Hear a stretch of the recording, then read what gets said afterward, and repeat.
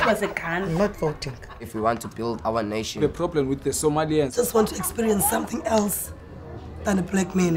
Move on, move Can't be like a horse with blinkers on. Honestly say, I was about to have Corrupt sex and then I pulled crap, up. but it's nice.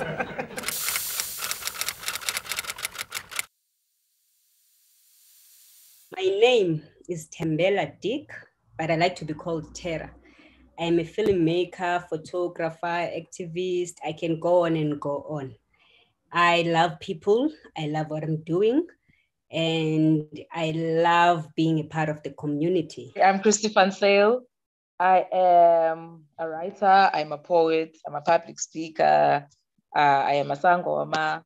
My name is Mbali Ngube. I am a recent journalism graduate, and I am now into my second qualification along the media stream. I am studying a Bachelor of Arts in Media, Communication and Culture. I am BT Moyaha. I am a writer, and I also review African films because I'm a lover of African content.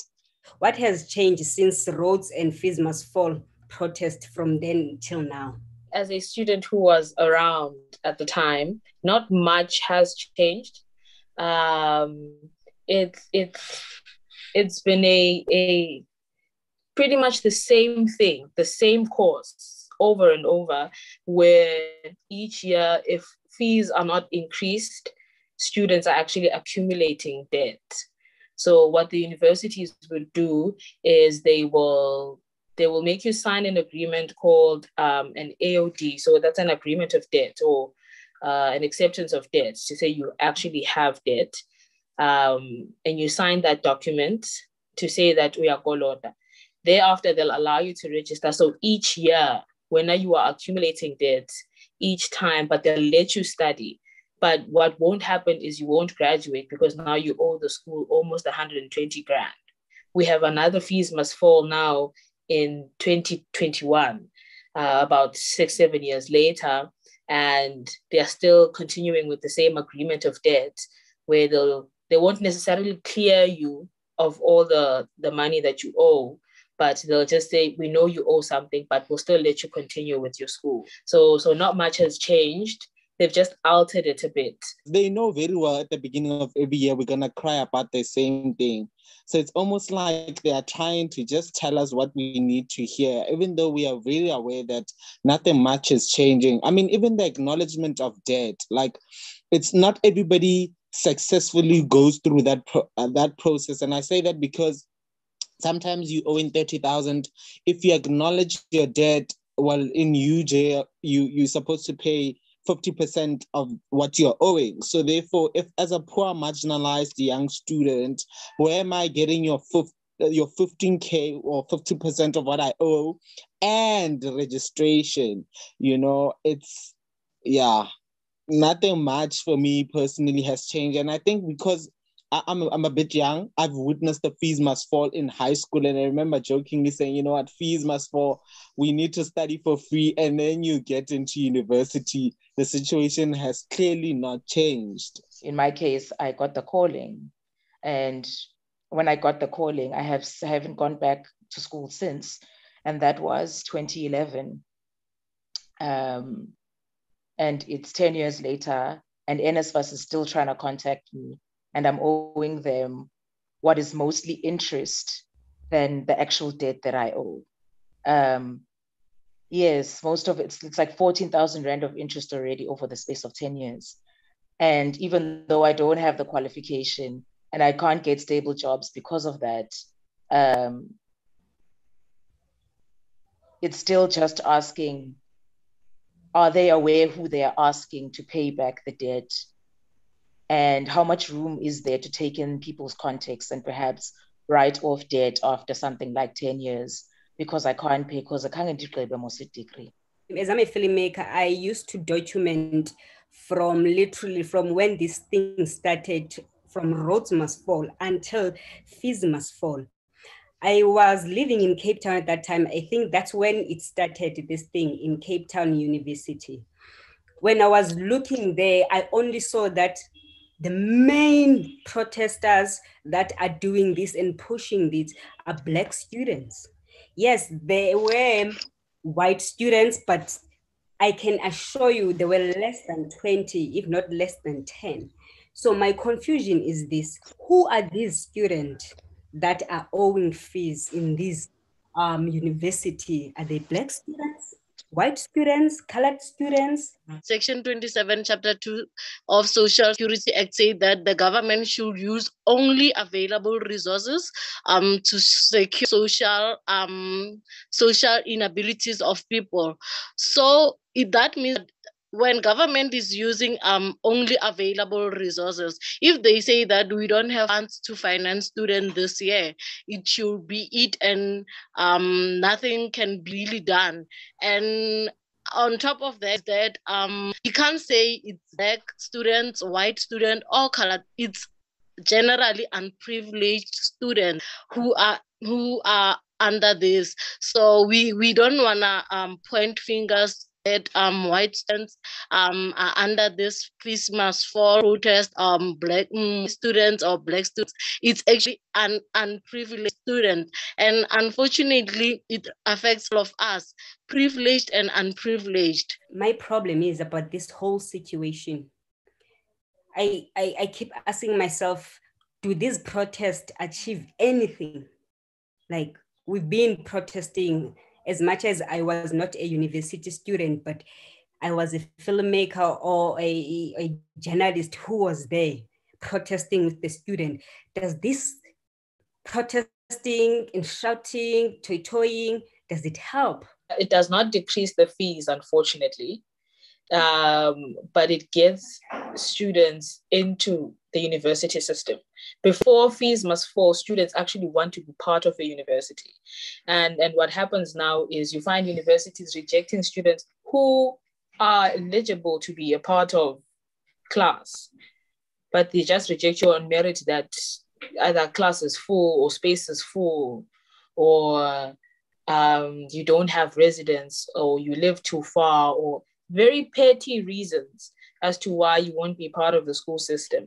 The government cannot do anything, that's what you say, because they don't have resources. Do you think maybe they ate the money? Because remember, we had 500 billion during last year when Corona hit us. Down that 500 billion, we don't even know where it is. Because 500 billion is a lot of money. And I don't think that 500 billion, they even used some of that money to even get the vaccine itself. That's a totally different budget on its own. So no one can account to where that money is or what it has done. If anything, a lot of corruption around PPEs and revamping of hospitals because of Amatenda and the political system of the country. Everything has to run around the political system. Wherever there's politics, that's where that 500 billion is. In the falling of fees, is there anything that's been done? No. Have we reached any positive achievement? No. Instead, students are arrested or shot at every corner. You understand? Here at NMU, we had a protest like that in 2019. Windows were broken. This is on campus. So some such protests, we only see them off campus. We're on campus, a space where it's supposed to be safe. But you see men in all colors, shapes, and sizes walking around with guns around the campus, trying to gun down and arrest students for protesting. There's an instance where a student was being shot on her leg with a bullet. That's a wound. The wound that one will be living with for forever. And the trauma that stays with students. These policemen, they bring trauma into these students. Remember, when you are a student, you have to live with trauma from this Fees Must Fall march. You have to live with depression that you owe the varsity. Even though you finish up your degree, you won't get it. You won't be able to graduate because you owe varsity fees. You owe this certain amount of varsity fees, and you're only gonna get your bachelor's degree or whatever qualification certificate after paying those fees. It's very, very clear how it is that you would be treating majority white students at a protest and compared to how you're treating Black students also at a protest. I think it has to do with not seeing human beings. And somebody was like, but these police officers are the same parent who can't afford these fees. They are our parents and they can't afford these fees. And how do you then shoot students at a protest knowing very well your salary does not even afford the very same fees, you know? I don't think it's a decision by the universities, but it has to do with just how they see us as Black people, as young Black people. They see nothing. They see nothing. This is why, they don't ever have to think twice before throwing grenades. Like, how does that affect a young person? Like, how does a young person seeing a fellow student being gunned down? How do they live going forward? Like, it's traumatic, you know. It messes you up, you know. And Fees Must Fall started taking precedence over news in the country. That's when they started taking it seriously. Now, when I apply for NSFAS, they will give you a figure where your parent or guardian needs to earn 350,000 per annum. My mom earns less than 350,000 rands per annum, but they rejected me because she works for the state. So, because she's a nurse. As if because she's a nurse, she has enough money with 3 kids to pay for university fees and a bond, UIF, medical aid. Do you understand? So there's always that gap that they fail to see, which it's not just students who come from poor backgrounds, proper poor backgrounds. Even the missing middle also need help. The situation gets so rife that you have to ask yourself again. There's questions that we were asking ourselves as much as we're also looking for a free education, which is we are rightfully entitled to it, you know, a free education. But at the same time, we have people that are struggling with getting into certain spaces. And within that struggle of getting, it's because they're questioning themselves: did I get into university because I'm Black and I need to fulfill a ratio? Or did I get into university because I really qualify for it? So you're getting in there, and what people don't take into account is that these people also look at qualification as you being able to actually afford the education, because it's still a very elitist community that we're talking about, that will always look at your money bracket.